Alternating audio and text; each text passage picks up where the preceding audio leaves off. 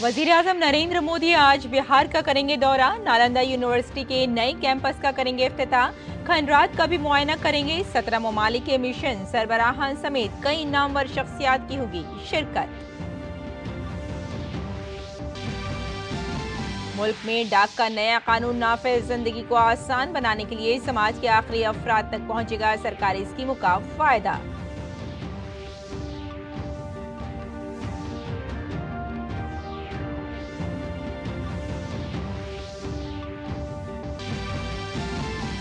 हरियाणा में इंतखाबात से कबल कांग्रेस को बड़ा धचका। साबिक वजीर आला बंसीलाल की बहू किरण चौधरी का कांग्रेस से इस्तीफा। आज बीजेपी में होंगी शामिल।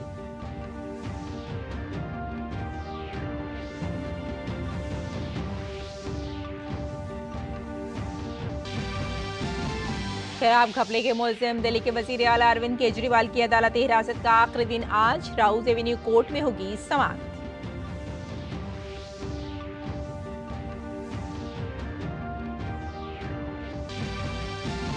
शदीद गर्मी और लू का सामना करने वाले शुमाली भारत में आज भी रहेगी हीट वेव की मार। गुजरात, चेन्नई और मध्य प्रदेश के कई हिस्सों में बारिश से मिली राहत, जबकि आसाम में सैलाब की वजह से हालात मजीद खराब।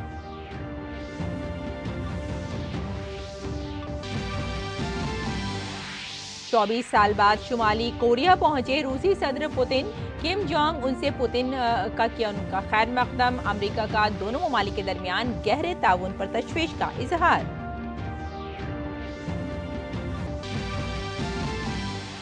पेरिस ओलंपिक से पहले नीरज चोपड़ा ने दिखाई अपनी ताकत। पाउन ओलंपिक गेम्स में 85.97 मीटर की बेहतरीन थ्रो के साथ जीता गोल्ड मेडल। और आईसीसी टी20 वर्ल्ड कप में आज से सुपर 8 का दिलचस्प मुकाबला। पहले मैच में आज जनूबी अफ्रीका का मेजबान अमेरिका से होगा मुकाबला। आदाब नाज़रीन, खबरनामे में आपका इस्तकबाल है। मैं हूं आपके साथ रेशमा फारूकी। आइए तफसील से अब खबरों पर नजर डालते हैं। वजीर-ए-आज़म नरेंद्र मोदी आज बिहार के दौरे पर रहेंगे। यहां वजीर-ए-आज़म राजगीर में वाक़ई बैनुल-अक़वामी नालंदा यूनिवर्सिटी के नौ तामीर शुदा कैंपस का इफ्तिताह करेंगे। वजीर-ए-आज़म नालंदा यूनिवर्सिटी के नेट जीरो कैंपस का इफ्तिताह करेंगे, जो 1749 करोड़ रुपए की लागत से 455 एकड़ में तामीर किया गया है। इसके अलावा वजीर-ए-आज़म यूनिवर्सिटी कैंपस में शजरकारी भी करेंगे। वजीर-ए-आज़म नालंदा के खंडरात का भी दौरा करेंगे। आज के इफ्तिताही तकरीब में 17 ममालिक के मिशन के सरबराहान समेत कई मुअज़्ज़िज़ीन शिरकत करेंगे।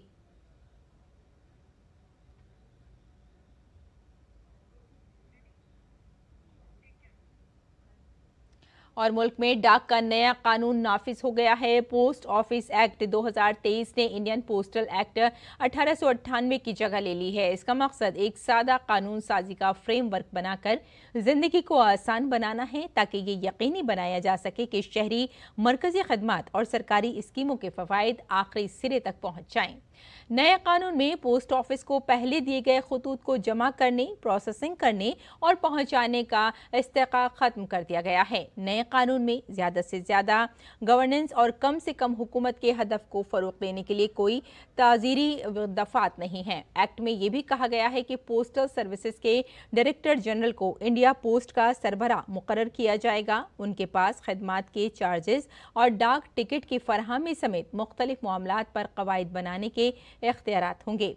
पार्लियामेंट ने गुज़िश्ता साल दिसंबर में पोस्ट ऑफिस बिल 2023 मंजूर किया था।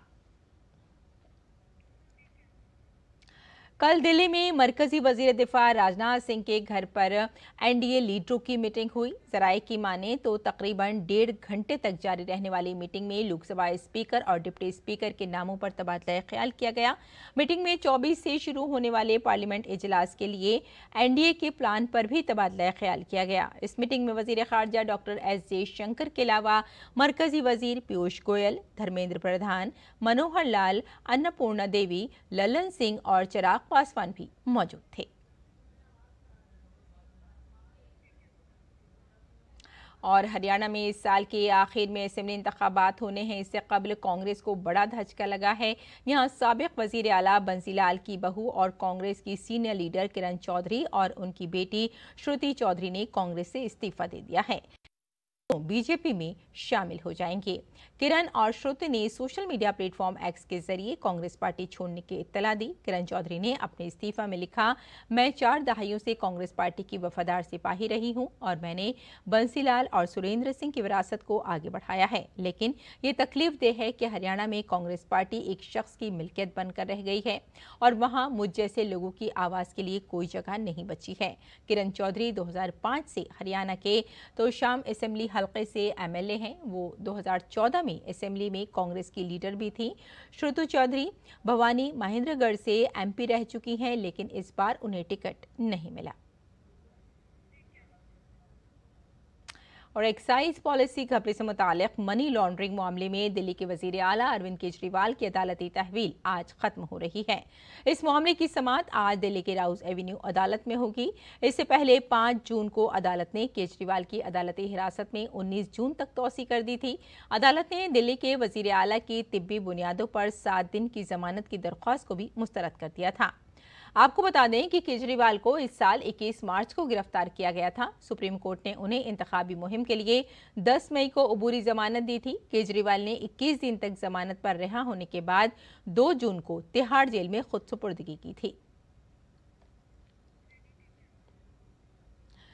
आगे बढ़ते हैं। कबायली उमूर के मरकजी वजीर जोएल ओराम ने सिकल सेल के बीमारी के बारे में बात करते हुए कहा कि ये बीमारी ज्यादातर कबायली अक्सरियती इलाकों में रहने वाले 0 से 40 साल की उम्र के लोगों के दरमियान फैलती है, जो 17 रियासतों में फैली है। इस बीमारी को खत्म करने के लिए मरकजी हुकूमत मुसलसल प्रोग्राम भी चला रही है और इसे जड़ से खत्म करने की पूरी कोशिश कर रही है।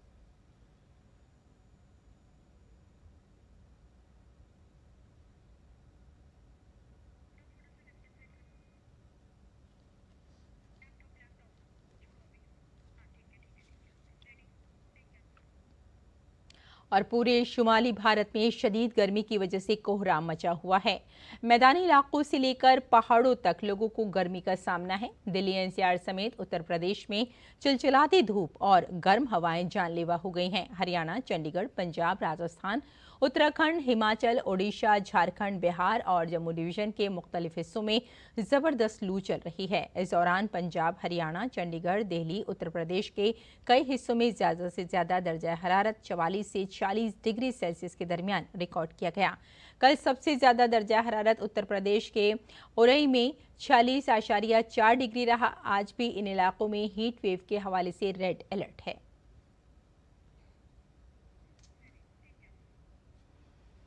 अगली खबर की जानिब बढ़ते हैं। दिल्ली में पानी का बहरान दिन ब दिन बढ़ता जा रहा है। पीने के पानी के लिए लोगों को घंटों लाइन में खड़े होकर टैंकर से पानी भरने का इंतजार करना पड़ता है।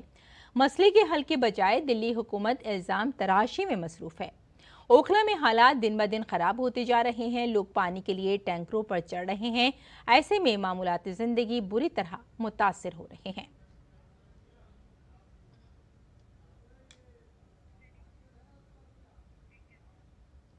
एक तरफ शुमाली भारत में जहां लोग चिलचिलाती गर्मी से परेशान हैं, वहीं दूसरी जानिब शुमाल मशरक़ी भारत में मूसलाधार बारिश ने तबाही मचा रखी है। इसके पेश निगाह महकमा मौसमियात ने हिमालय के नशीबे इलाकों, मगरबी बंगाल, आसाम और सिक्किम के कई हिस्सों में बहुत तेज बारिश के इम्कान का रेड अलर्ट जारी किया है। इसके अलावा अरुणाचल प्रदेश के कई इलाकों में इंतहाई तेज बारिश का रेड अलर्ट भी जारी किया गया है। इसके साथ साथ नागालैंड, मणिपुर, मिजोरम और त्रिपुरा में जबरदस्त बारिश का ऑरेंज अलर्ट जारी किया गया है। मेघालय में गुज़िश्ता 24 घंटों के दौरान बहुत ज्यादा बारिश रिकॉर्ड की गई। इसके अलावा मंगल को तमिलनाडु के कई हिस्सों में तेज हवाओं के साथ बारिश हुई। मध्य प्रदेश के ग्वालियर के साथ साथ गुजरात के भावनगर और पालिताना में शदीद बारिश हुई। तमिलनाडु और उड़ीसा के कई हिस्सों में बारिश देखी गई। और दूसरी तरफ आसाम में मुसलसल बारिश की वजह से सैलाब की सूरत हाल मजीद खराब हो गई है। ताज़ा तरीन इत्तलात के मुताबिक 15 जिला के 470 देहात सैलाब की जद में हैं, जिसकी वजह से तकरीबन 1,60,000 लोग मुतासिर हुए हैं। सबसे ज़्यादा मुतासरा जिला करीमगंज है, जहाँ तकरीबन 1,52,000 लोग मुतासिर हैं। हेलाकुंडी में जिला में सैलाब में एक शख्स की जान चली गई। इस साल रियासत में सैलाब के दौरान मरने वालों की तादाद 26 हो गई है। कानपुर में कोपली नदी खतरे के निशान से ऊपर बह रही है, जबकि बारिश की वजह से कई दीगर नदियों की सतह भी बढ़ रही है। सैलाब से मुतासिर इलाकों में इमदादी कैंपों की तादाद 43 हो गई है, जहां 5000 से ज्यादा अफराद पनाह लिए हुए हैं। रेस्क्यू ऑपरेशन के एक हिस्से के तौर पर करीमगंज जिले में 39 कश्तियों को तैनात किया गया है। पीर को यहां से 273 लोगों को बाहिफाजत निकाल लिया गया है। और उत्तराखंड के ऋषिकेश की जंगल में आग लग गई है, जो नजदीकी फैक्ट्री के गोदाम तक फैल गई है। इत्तला मिलते ही फायर टेंडर्स और एसडीआरएफ की टीम मौके पर पहुंच गई और आग बुझाने की कोशिशें जारी हैं।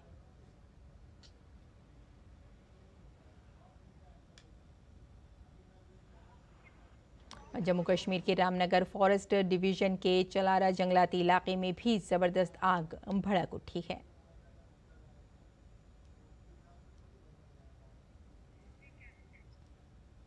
आगे बढ़ते हैं। उत्तराखंड में आइंदा 21 जून को 10वें बैनुल-अक़वामी योगा डे की तैयारियां जोरों शोर से जारी हैं। ख्याल रहे कि योगा नगरी ऋषिकेश में साल भर मुल्क और बैरून मुल्क से लोग आते हैं। ऋषिकेश में परमार्थ निकेतन के सदर स्वामी चिदानंद सरस्वती ने कहा कि दुनिया भर के लोग अब जान चुके हैं कि योगा रोजाना किया जाना चाहिए। दुनिया ने भारत के इस तोहफे को कबूल किया है और वो एक खुशहाल, सेहतमंद और बीमारियों से पाक जिंदगी गुजार रहे हैं।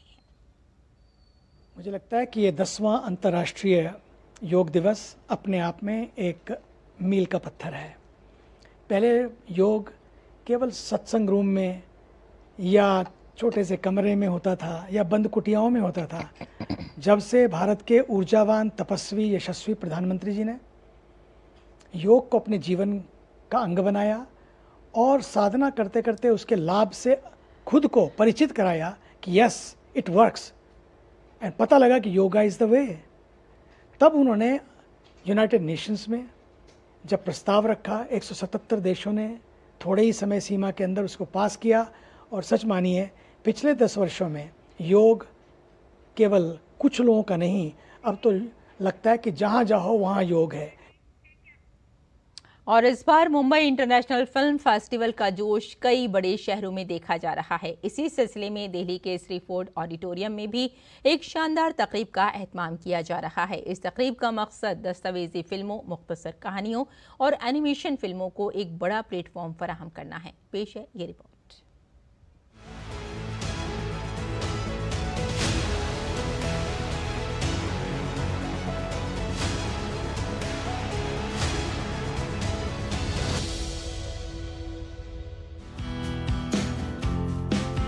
18वां मुंबई इंटरनेशनल फिल्म फेस्टिवल 2024 15 से 21 जून तक मुंबई के साथ साथ पहली बार इसकी स्क्रीनिंग और रेड कारपेट प्रोग्राम 5 शहरों मुंबई, कोलकाता, चेन्नई, पुणे और दिल्ली में एक साथ मुनक्किद किया जा रहा है। Mumbai international film festival non fiction और एनिमेशन फिल्मों में आला तरीन कारकर्दगियों का जश्न मनाता है और साथ ही उन्हें इनामात से सरफराज करता है। बहुत पॉजिटिव है, लोग देख के सीख रहे हैं कि क्या नया ग्राफिक्स में उनको चेंजेस मिल रहे हैं, साउंड्स में, डायरेक्टिंग फील्ड में उनको कैसे वो करना है, डॉक्यूमेंट्रीज में, फिक्शंस में।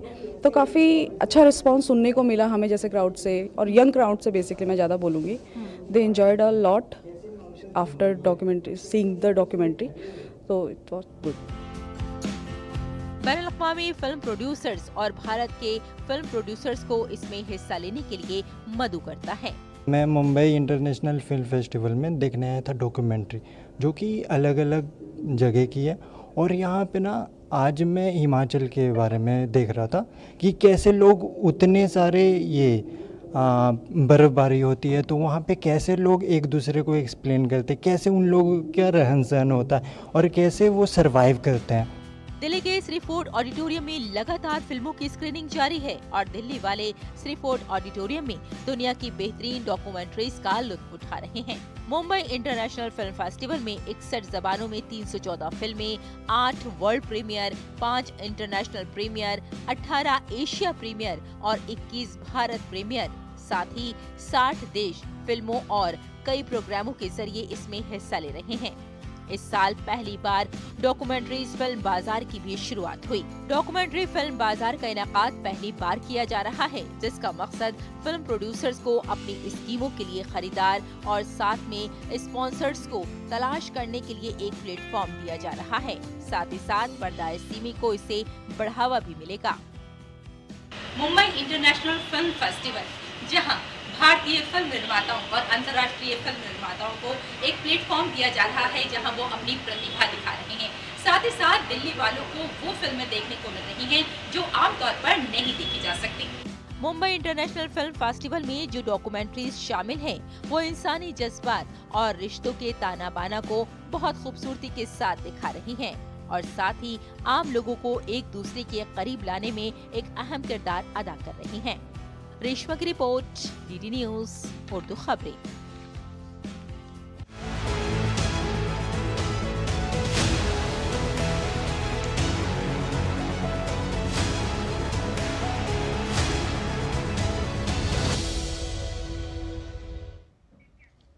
और आइए अब नजर डाल लेते हैं दिल्ली से शाये कुछ उर्दू अखबारात पर।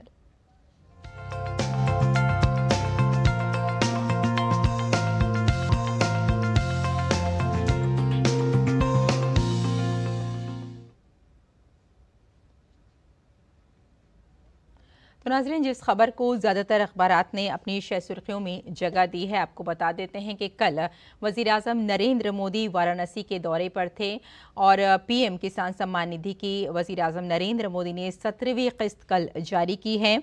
वाराणसी में उन्होंने कहा कि ये जो किस्त जारी की गई है, ये किसानों की भलाई के लिए है और हुकूमत इस अज़्म के लिए अदा है। और आइए अब नज़र डाल लेते हैं अगली सुर्खी पर। गर्मी की बात है नाज़रीन, बहुत ज़्यादा गर्मी बढ़ रही है और आप जानते ही हैं कि मुल्क के शुमाली रियासतों में मुसलसल गर्मी लगातार बढ़ती जा रही है। और साथ में IMD ने उत्तर प्रदेश, हरियाणा, दिल्ली, चंडीगढ़, जम्मू, हिमाचल प्रदेश, पंजाब, राजस्थान, बिहार और उत्तराखंड में हीट वेव भी जारी किया है और कई रियासतों में जहाँ हीट वेव है, वहीं यूपी बिहार में 100 से ज़्यादा अमवात भी बताई जा रही हैं। और आइए एक और ख़बर देख लेते हैं, दिल्ली से मुताल्लिक़ है। दिल्ली के लोगों को तमाज़त और लू से फ़िलहाल कोई राहत मिलती हुई नज़र नहीं आ रही है। राजधानी दिल्ली में अगले 24 घंटे आवाम को मज़ीद गर्मी का सामना करना पड़ सकता है और आज बारिश के इम्कानात भी बताए जा रहे हैं। लेकिन साथ ही साथ ये भी बताया गया है कि लू से 3 अफराद की मौत हो चुकी है। अस्पतालों में कई दीगर मरीज भी ज़ेरे इलाज हैं और शदीद गर्मी ने तबाही मचा रखी है और रातें भी यहाँ तक कि गर्म है। यानी कुल मिला के ये कहा जा सकता है दिल्ली वालों को भी कोई आराम नहीं है, गर्मी उन्हें लगातार परेशान कर रही है। और एक और ख़ास खबर आपको दिखा देते हैं नाज़रीन, दिल्ली में बिजली की मांग ने सारे रिकॉर्ड तोड़ दिए हैं और इसीलिए ट्रांसको इंतज़ामिया ने कहा है कि कुछ आलात जिनकी ख़ास ज़रूरत ना हो उन्हें बंद रखा जाए। ख़ास तौर से दोपहर 2 से 4 और रात 10 से 12:30 के दरमियान ये आलात बंद कर दिए जाएं और AC के लिए भी कहा गया है कि 26 से 27 डिग्री पर चलाई जाए, क्योंकि दोपहर में 8,647 मेगावाट की मांग बताई गई है और गैर ज़रूरी आलात को इसीलिए बंद रखने की भी अपील की गई है और AC के लिए भी कहा गया है कि 26 से 27 डिग्री पर चलाया जाए ताकि सभी को बिजली सही तौर पर मिल सके। और जैसे कि हम सभी जानते हैं कि मानसून बेहद करीब है हमारे और इसी को देखते हुए शजरकारी के लिए भी कहा जा रहा है। शजरकारी के ही हवाले से LG की नई गाइडलाइन भी जारी की जा चुकी हैं। पार्कों, जंगलात और रेलवे की पटरियों के किनारे फलदार दरख्त लगाने की हिदायत दी है LG ने। और अब देख लेते हैं नाजरीन एक और ख़ास सुर्खी, इसे भी ज़्यादातर अखबारात ने अपनी शह सुर्खियों में जगह दी है। वज़ीर आज़म नरेंद्र मोदी अपनी तीसरी इनिंग्स में पहली मन की बात करेंगे, यानी आकाशवाणी पर मन की बात 30 जून को नश्र किया जाएगा और जिसमें वज़ीर आज़म नरेंद्र मोदी अपने ख़यालात का इजहार करेंगे और इसके लिए उन्होंने अपनी राय भी मांगी है। MyGov पर अपनी राय भेजी जा सकती है। और अब देख लेते हैं नाज़रीन एक और सुर्खी, इसराइली फ़ौज के ईद के रोज़ भी गज़ा पर हमले, दर्जनों हलाकतें बताई जा रही हैं और इसराइली फ़ौज ने रफ़ा क्रॉसिंग की फ़लस्तीनी हिस्से को बताया जा रहा है कि नज़रे आतिश कर दिया है और गज़ा में इसराइली हमले में 8 फ़लस्तीनी ताजिर शहीद बताए गए हैं। इस खबर में और एक और ख़बर देख लेते हैं चलते चलते। नेतन्याहू हुकूमत के ख़िलाफ़ मुजाहरे हो रहे हैं, नई इंतखाबात का भी मुतालबा किया जा रहा है और इन्हीं मुतालबात के अगर देखा जाए तो 9 मुजाहिरीन को गिरफ्तार किया जा चुका है और इसराइल में हुकूमत मुखालिफ अवामी रैली के बाइस यरूशलेम की गलियाँ आवाम से पूरी तरह से भर गई हैं। तो नाज़रीन, ये था अखबारात का मुख्तसर जायज़ा और आइए अब लौटते हैं बुलेटिन की जानिब। कुछ और खबरों की नज़र डाल लेते हैं। रूसी सदर व्लादिमीर पुतिन ने 24 साल के बाद शुमाली कोरिया का दौरा किया है। शुमाली कोरिया के रहनुमा किम जोंग उन्होंने प्योंगयांग हवाई अड्डे पर पुतिन का इस्तकबाल किया। पुतिन 24 साल में शुमाली कोरिया का पहला दौरा कर रहे हैं। शुमाली कोरिया ने यूक्रेन में अपनी फौजी कार्रवाइयों के लिए मुल्क की मजबूत हिमायत की तारीफ की। ये दौरा शुमाली कोरिया के supreme leader Kim Jong Un की जानिब से सितंबर 2023 में पुतिन को दावत देने के बाद हुआ है। दोनों ममालिक वाशिंगटन के साथ बढ़ती हुई महाजराई के तनाजुर में अमरीकी क़यादत में आयद पाबंदियों पर काबू पाने के लिए मिलकर काम करना चाहते हैं।